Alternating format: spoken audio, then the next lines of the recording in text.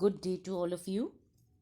Today we will do a poem by Aurobindo, the title of which is Revelation. Now, what is the meaning of revelation? Revelation otherwise means a disclosure or revealing of unknown facts. But in the context of the poem, it means the act of revealing or communicating a divine truth, something that is revealed by God to humans. And here in this poem, the poet talks of that revelation, a vision that he experienced. The poem is a very short one, just 12 lines.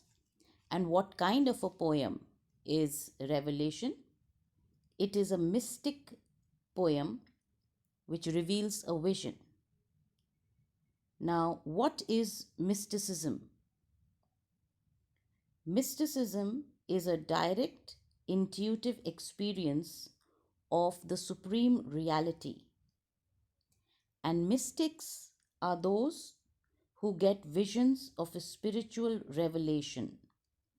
They aspire to have a direct communion with God through an inward perception of the mind. Now, most of Aurobindo's poems are visions which he got during such spiritual experiences. As for the mood of the poem, it is written in a mood of spiritual ecstasy. The setting of the poem is somewhere where it is mountainous and hilly. The poet is sitting somewhere near the mountains where there are rocks and boulders around him. Now let's go to the poem. Someone leaping from the rocks past me ran with wind-blown locks. Now, the poet begins to communicate his mystical experience by using the word someone. Now, who is this someone? This someone has not been specified by the poet, and this someone is not visible to the mortal eyes. But the presence of this unknown, unseen someone is felt by the poet. And such an experience is called a mystical experience. And this he has tried to convey to us through similes and metaphors. So, in the first line of the poem, when he says, someone leaping from the rocks, so the poet says that he felt some movement from where he was sitting, someone leaping, someone jumping from where he was sitting and moving past him, suddenly ran past him. And he says that the movement was so fast, so swift, so quick, and with such speed that it felt like the locks of hair blown in the air. Now you can imagine when someone is running very fast, how the hair is blown back. So this is the movement that the poet felt. So what he is trying to emphasize here is the swiftness with which that presence passed by him. Like a startle. Now he begins the third line with the word like.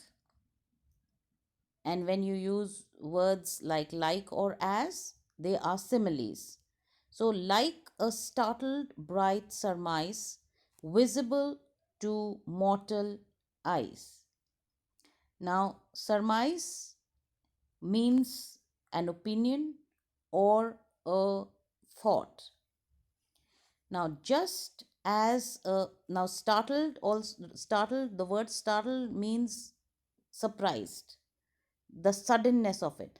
So he is saying over here that just as a sudden thought which comes to our mind, and what if that thought becomes visible? So he is saying that that vision that passed him, it was like a thought that had come alive before his eyes. And what he remembers of it is that it was something bright which was visible to his mortal eyes. It did not have a shape or a form, but it just passed him swiftly. But something that was very bright. In the next line, he says, just a cheek of frightened rose that with sudden beauty glows. Just again, with the help of another comparison, he says that just as a rose looks radiant, beautiful, or glowing when it is suffused with light, similarly, the poet too felt the power of that heavenly light and felt illuminated and enlightened. And when such a spiritual experience takes place, it is a little frightening and scary. Then he goes on to say that just a footstep like the wind, and a hurried glance behind, and then nothing. The poet goes on to say that he felt this divine presence which passed him like a blow of wind.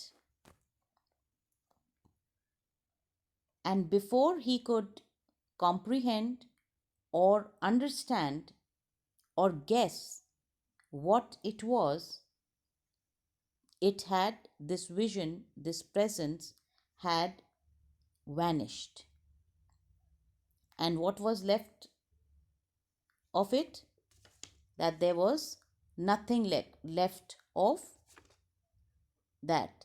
So, to the poet, that divine presence which passed by him was treading softly like the wind. And when he quickly glanced behind what had just passed him, there was nothing left. It had vanished. How it had vanished? From the poem, as a thought escapes the mind, ere it is caught. Ere means before it is caught.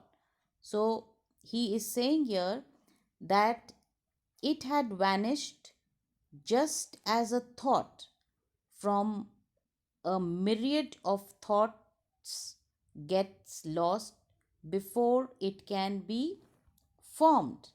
Now you have a million thoughts that come to your mind, but not every thought takes shape or form, and they just get lost before they can take a concrete shape in your mind. Similarly, the poet is saying over here that this vision too was gone before it could take a shape or before he could understand what it was. So the vision had lasted for a very short while and then it was lost. The last two lines, someone of the heavenly route from behind the veil ran out. Now, in the last two lines, he admits who this someone was, that this someone was a divine being, that this vision of the divine being had come through a veil, and it was a hazy vision. Poet says that whoever this whatever this vision was not earthly but heavenly, and that presence was from heaven. And he continues to say that between heaven and earth there is a veil. We cannot see that other side of the world, the heavenly world. But the poet says that this vision had stepped out from that world and entered into this earthly world and made a kind of a connection with this world.